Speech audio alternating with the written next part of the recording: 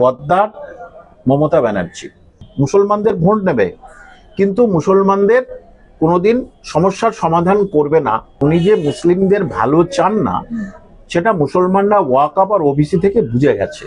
জিতবেন সংখ্যালঘুদের ভোটে আর মন্দির তৈরি করবেন। তৃণমূল কংগ্রেস 100-র নিচে নেমে আসবে। ফার্স্ট বিজেপি হবে, সেকেন্ড আমাদের জোট হবে, থার্ড হচ্ছে মমতা ব্যানার্জি। রিমোট কন্ট্রোল আমাদের হাতে। হুমায়ুন কবিরকে তার প্রাক্তন দল অর্থাৎ তৃণমূল কংগ্রেসের অভিষেক বন্দ্যোপাধ্যায় তিনি বলছেন যে হুমায়ুন কবির গদ্দার। কেন এই কথা বললেন বলে আপনার মনে হয়? দেখুন, এটা প্র্যাকটিক্যালি বলেছে যে ভয় থেকে, কারণ সংখ্যালঘু ভোট কিন্তু হুমায়ুন কবিরের পাশে। মালদা মুর্শিদাবাদ নীল হবে তৃণমূল কংগ্রেসের। যারা হুমায়ুন কবিরের এই আশেপাশে আছেন তারা বুঝতে পারছে কতটা মানুষ ভালোবেসে হুমায়ুন কবিরকে ভোট দিতে যাচ্ছে। আর এই যে হতাশা থেকে এই অভিষেক বন্দ্যোপাধ্যায় এই কথাটা বলতে বাধ্য হয়েছে। এবং গদ্দার যদি বলতে হয় তাহলে আপনার পিসি কি, এই সংজ্ঞাটা আগে আমাকে দিতে হবে। আপনার পিসি কি?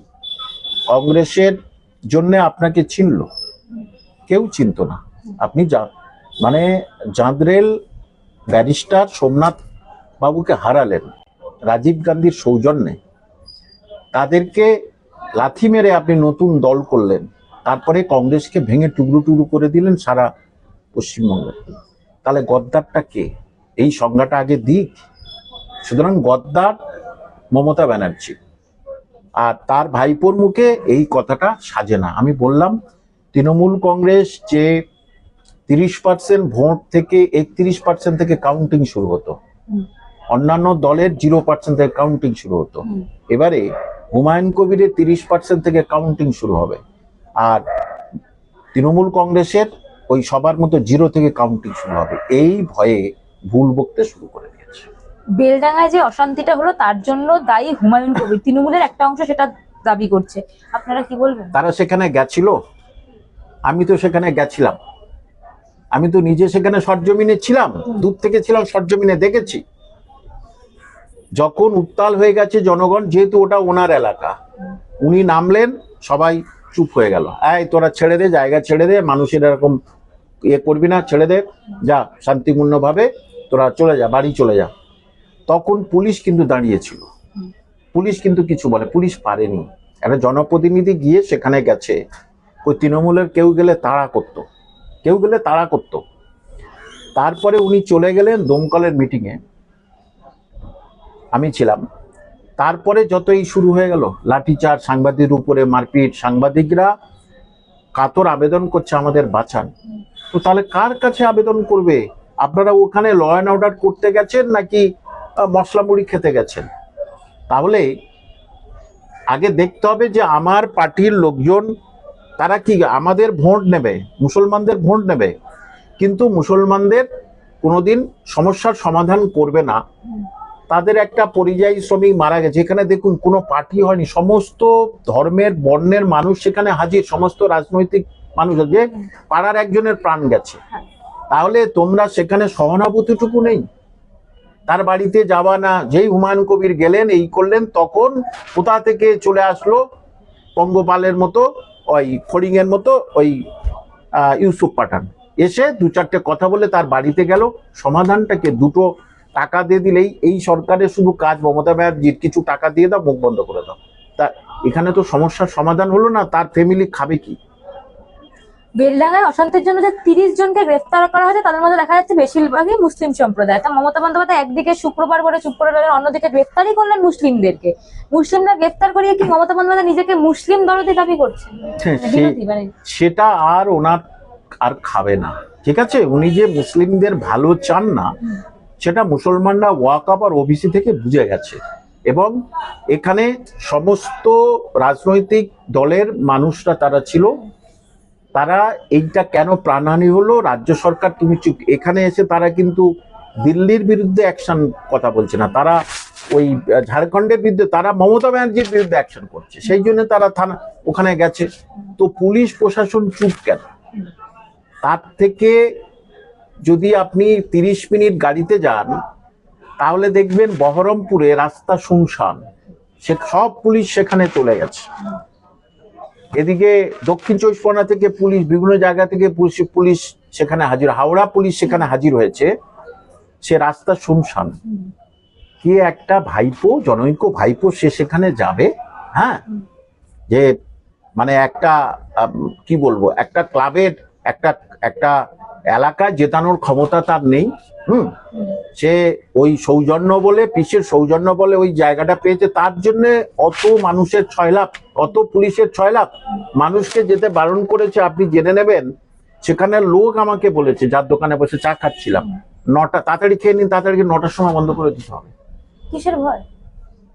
এই যে না হলে পুলিশ করে দেবে, দোকান ভেঙে দেবে। হ্যাঁ, দোকান ভেঙে মারপিট মারবে, এই করবে, তাড়াতাড়ি দিন 9টার সময়। আমি বলছি আর সারাদিনের পেটের খাবারটা আমাদের হয়নি। এরা রাজনৈতিক লিডার, এরা রাজনৈতিক লিডার এবং সংখ্যালঘু প্রবণ এলাকায়, সেখানে যদি অত লোকজন থাকে, পুলিশ থাকে, এখানে ফাঁকা কেন? এখানে কেন ফাঁকা? তাহলে দোষটা কার? দোষটা তো এই সরকারের দোষ। সরকারি তো দায়িত্ব প্রশাসনিক দিক ঠিক রাখার, কিন্তু সেটা কই বলুন? আরেকটা কথা হচ্ছে যে আপনাদের যে ব্রিগেডের যে সভা হওয়ার কথা, সেটা রীতিমতো বাতিল করে দেওয়া হলো। এই সভা কবে, কোথায় হবে? এটা আমরা মোটামুটি 30 কি 31 তারিখে যে কোনো একদিন হবে। 10 বিঘা জমির উপরে হবে, 20 বিঘা, একসঙ্গে 20 বিঘা জমি, সেই 20 বিঘা জমির উপরে হবে এবং সেটা ওই বেলডাঙ্গার আশেপাশে একটা জমির উপরে হবে। যে জমিদান করবে তার সঙ্গে উনি কথা বলছিলেন, আমি শুনছিলাম যে তিনি তাকে স্টেজে নিয়ে গেছিল, এই জমিদান করবে, আবার বলে দেবে ওকে জোর করে জমি দিয়েছে, সেই জন্য ওকে ওখানে হবে। কারণ এখানে বলেছিল যে ব্রিগেড দেবো না, কাউকে দেবো না, বলেছে কোনো রাজনৈতিক দলকে দেবো না, তোমরা শহীদ মিনার নাও।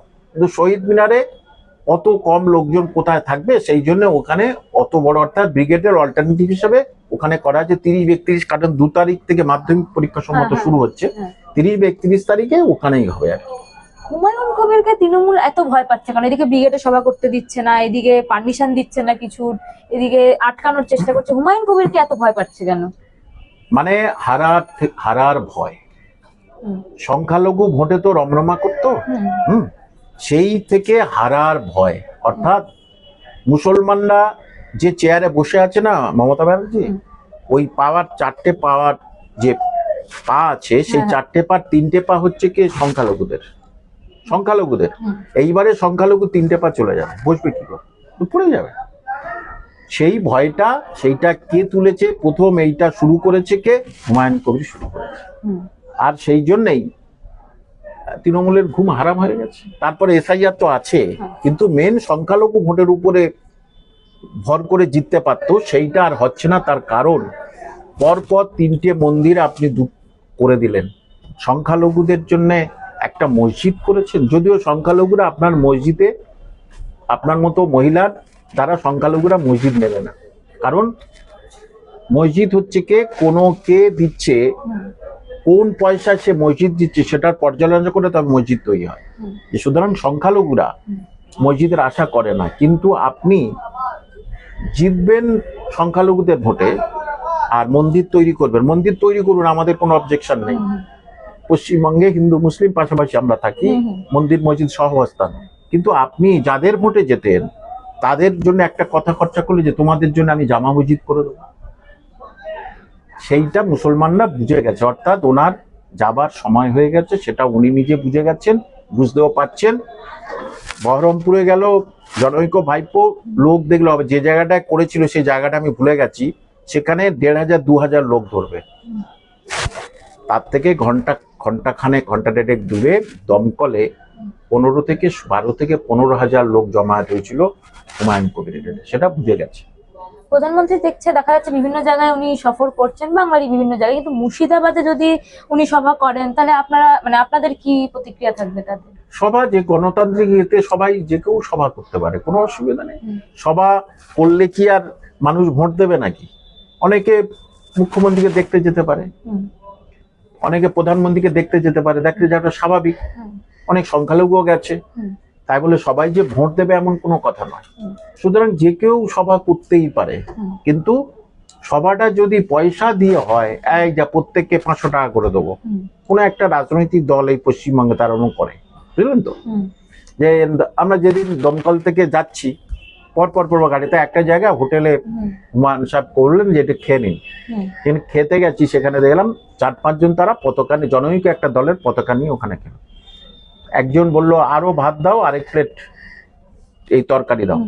তখন আর দুজন বলছি তুই তো সব আজকের যা 500 টাকা পেলি সে তো সব কিছু খেয়ে নিচ্ছিস, ভাবা যায়? আমি নিজে শুনেছি। সে কোন পার্টি আমি বললো জনৈক পার্টি। তাহলে কেউ লোক আসে না। আপনারা দেখবেন এই তৃণমূল কংগ্রেসের ছাত্র পরিষদ ছাত্রদের যে এর দিনে যে মানে কি বলে প্রতিষ্ঠা দিবসে আপনি দেখেছেন তো কারা গেছিল? হ্যাঁ, তারা কোথা থেকে পড়ছে, কোন কলেজে পড়ছে, কোথাও কিছুই জানে না। তাহলে তারা কারা? বয়স্ক লোক তো কলেজে পড়ে দেখা যায়। হ্যাঁ, বয়স্ক লোক। তাহলে তারা কি এমনি এসছে? পয়সার বিনিময়ে নিশ্চয়ই এসছে, কোট আনকোট হতে পারে। সুতরাং মানুষ স্বতঃস্ফূর্ত ভাবে যে নরেন্দ্র মোদীর ওখানে স্বতঃস্ফূর্ত ভাবে গেছে, হুমায়ুন কবিরের ওখানে স্বতঃস্ফূর্ত ভাবে যাচ্ছে, সিপিএম এর স্বতঃস্ফূর্ত ভাবে যাচ্ছে, কিন্তু তৃণমূলের ওখানে স্বতঃস্ফূর্ত ভাবে যাচ্ছে না। আপনারা লড়বেন বলে ঠিক করেছেন, মানে কি মনে হচ্ছে কতগুলো আসনে আপনারা জিততে পারবেন? দেখুন, জোটটা যদি ঠিক হয়, সংখ্যালঘু ভোট ভাগ হয়ে গেলে কিন্তু মমতা ব্যানার্জির সবচেয়ে বড় ক্ষতি, আর ভাগ না হলেও আরো ক্ষতি। ঠিক আছে, কারণ মমতা ব্যানার্জি সংখ্যালঘু ভোট ভাগ হয়ে গেলে মমতা ব্যানার্জি জিততে পারবে না। কে জিতবে কিভাবে জিতবে আমরা বলতে পারবো না। আর যদি জোটটা আমাদের ঠিক হয়ে যায় তাহলে কিন্তু তৃণমূল কংগ্রেস 100 নিচে নেমে আসবে, বলে দিলাম। দেখে মিলিয়ে নেবেন আপনি। সেকেন্ড, ফার্স্ট বিজেপি হবে, সেকেন্ড আমাদের জোট হবে, থার্ড হচ্ছে মমতা ব্যানার্জি। যদি জোটের রসায়ন যদি ঠিক হয় তবে। কিন্তু আপনাদের পার্টি তাহলে সরকার গঠন করার ব্যাপারে কি ভাবছে? রিমোট কন্ট্রোল আমাদের হাতে। ঠিক আছে, আমরা রিমোট কন্ট্রোলার, যেদিকে দেবো সেদিকে যে পশ্চিমবঙ্গের উন্নয়ন করবে, হিন্দু মুসলিমকে মধ্যে কোনো সাম্প্রদায়িক সম্প্রীতি যারা জোর করবে এবং দুর্নীতি থেকে যারা মুক্ত করবে তাদেরকে দেবো, তাদেরকে আমরা। সুতরাং রাজনীতিতে অনেক কিছুই সম্ভব। মমতা ব্যানার্জি সেটা তো শিখিয়েছে। উনি তো বিজেপিকে নিয়ে আসলেন প্রথম, তপন সিকদারকে জিতিয়ে দিলেন। আবার বিজেপি এখন বলেছে বিজেপিকে হটাও। বাহ, আপনি তাদের ওয়েলকাম করে নিয়ে আসলেন, এখন বলছে বিজেপি হটাও। সুতরাং রাজনীতিতে অনেক কিছুই সম্ভব, সেটা ইলেকশনের পর বোঝা যাবে। আমরা রিমোট কন্ট্রোলার কাকে হচ্ছে কে পরে থাকবে। গতকাল যে সিঙ্গুর আন্দোলন করে মুখ্যমন্ত্রী দেখা গেল যে ক্ষমতায় এসেছিলেন, সেই সিঙ্গুরে সভা করা হয়েছে, কালকে দেখা গেল সিঙ্গুরে কিছুই কাজ হয়নি, কিন্তু উনি ওখানেই সর্ষের যে বীজ সরিয়ে এসেছিলেন। কি বলবেন? দেখা যায় সিঙ্গুরের মানুষরা বলছে যে, অভিযোগ করছে যে এখানে কোনো কাজই হয়নি, না আমরা জমি পেয়েছি, না এখানে আমরা কারখানা পেয়েছি। একজন তো অভিযোগ করছে তারা তাদের নিজের 3 বিঘা 4 বিঘা জমি তারা দিয়েছে শুধুমাত্র চাকরির আশায়, কিন্তু তাদের কিচ্ছু হয়নি, মানে তারা টাকাটাও ফেরত পায়নি। তাহলে ওখানে মমতা ব্যানার্জির উচিত যে একটা ওখান থেকে শিল্প নিয়ে আসা। সব তো রেডি হয়ে আছে, টাটা ফিরে গেছে, মানে আর কেউ আসবে না।